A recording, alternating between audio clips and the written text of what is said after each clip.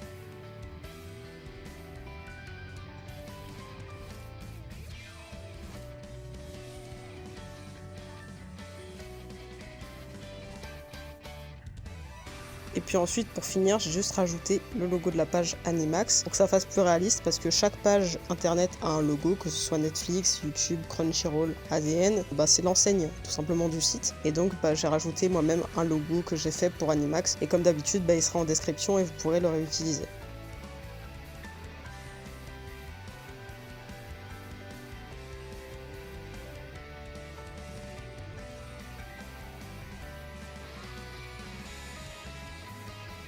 J'espère que le résultat vous a plu, c'est déjà la fin de cette vidéo, merci beaucoup de l'avoir suivi. J'espère que ce genre de concept vous plaît, si c'est le cas n'hésitez surtout pas à vous abonner et à me le dire en commentaire. N'hésitez aussi surtout pas à me donner des idées. Si vous avez des problèmes avec le code, comme d'habitude, n'hésitez pas à m'envoyer des commentaires, normalement ça devrait aller, mais s'il y a quoi que ce soit, je serai à l'écoute. Et sur ce, à très bientôt pour une nouvelle vidéo.